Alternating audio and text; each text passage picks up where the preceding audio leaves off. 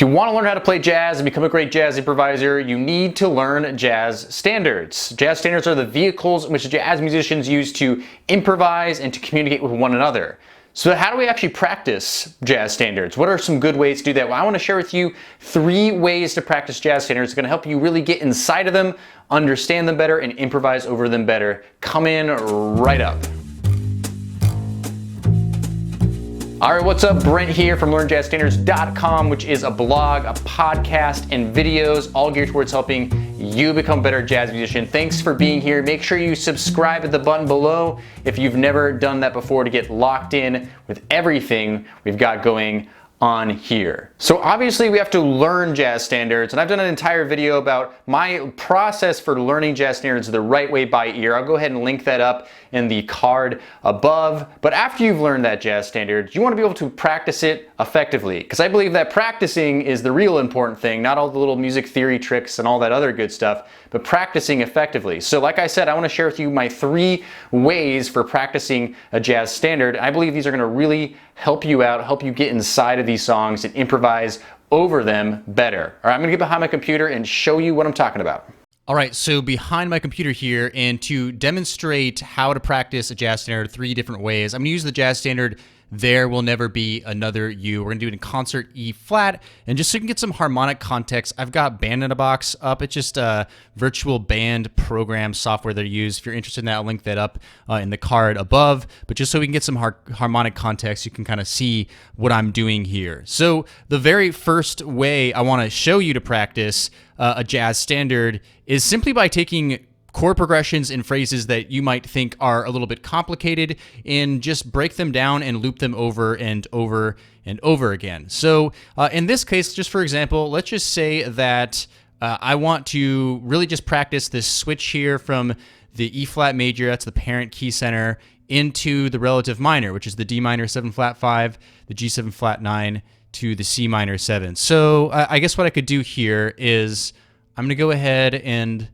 just make this a 6-bar form. And again, you just do, if you don't have this kind of software, you can easily just do this with, you know, a metronome or anything like that. I'm going to make this, yeah, we'll just do 6 choruses for now. And just start practicing improvising over top of this chord progression. So just for example, let's try it out.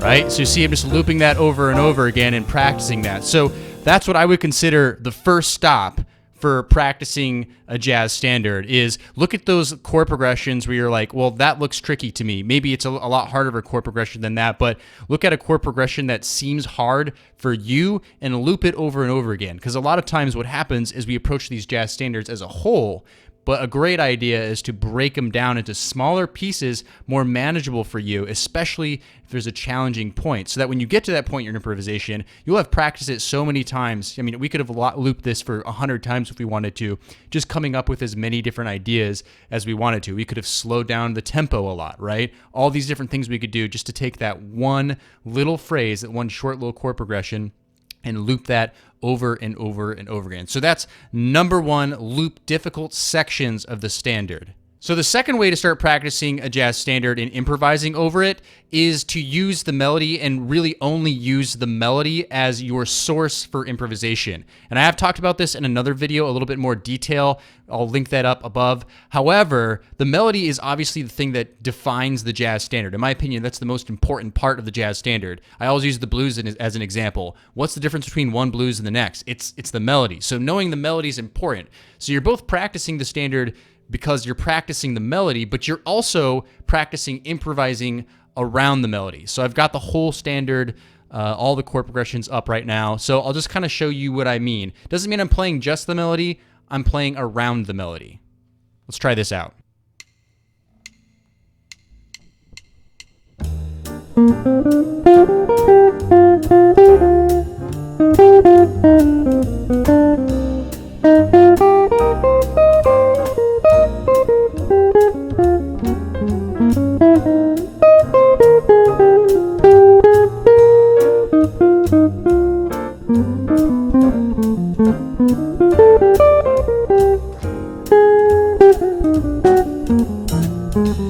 Okay, so just using the melody there, you could hear I was really playing around the melody. The great thing, again, just loop this over and over again and see how many different ways you can take the melody, just the melody, and start growing things off of it. Even if you're a little bit more of a beginner jazz improviser and you can't do some of the more bebop-y things that I was alluding to in my solo, you really just need the melody. And you can try to just veer off of it a little bit, try different note choices that you know are available, but always come back home to the melody. So that's the second way to practice a jazz standard. Great for getting that melody down, great for keeping the form, and great for starting to develop your jazz improvisation. So the third way that I want to suggest to practice a jazz standard, this is a really common one that people say. However, I think this is one of the best things that you can do, and that is practice the jazz standard in a different key. Practice the jazz standard in a different key, preferably multiple keys. I sort of feel like if you knew how to play a jazz standard in all 12 keys, that would be like the ideal, but of course I understand not everybody has the time for that.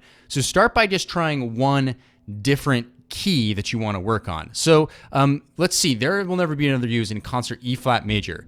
Let's do a situation where, let's do a whole step down. Let's do D flat major. So I'm, just so that you can see it here, I'm going to transpose it on Band in a Box to D flat major. But I would suggest, of course, when you're doing this, you should mentally know it. You don't want to be necessarily seeing changes and reading off the page. You want to just understand the standard enough to know the transposition, okay?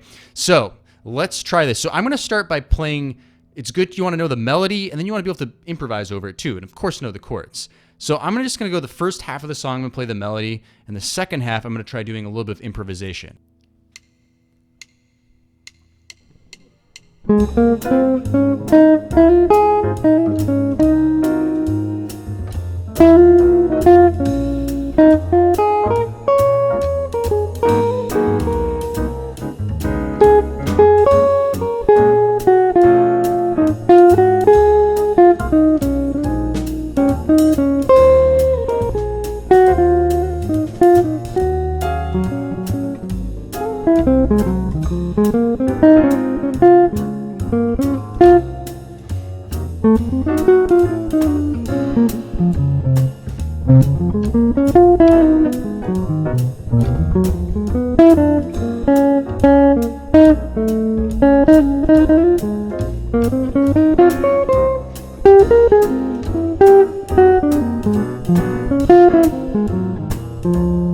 All right, so you get the idea there, right?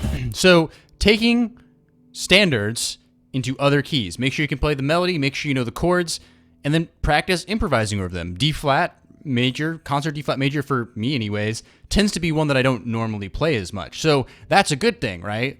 And maybe I would try B major next. That one would be kind of tricky. So this is a great practice. So tell me, how do you practice jazz standards? Do you have any other ways that you like to practice jazz standards? There's definitely more of them. Leave those in the comments below. Would love to hear from you. All right, make sure that you subscribe to the channel, and I'll look forward to seeing you in the next video.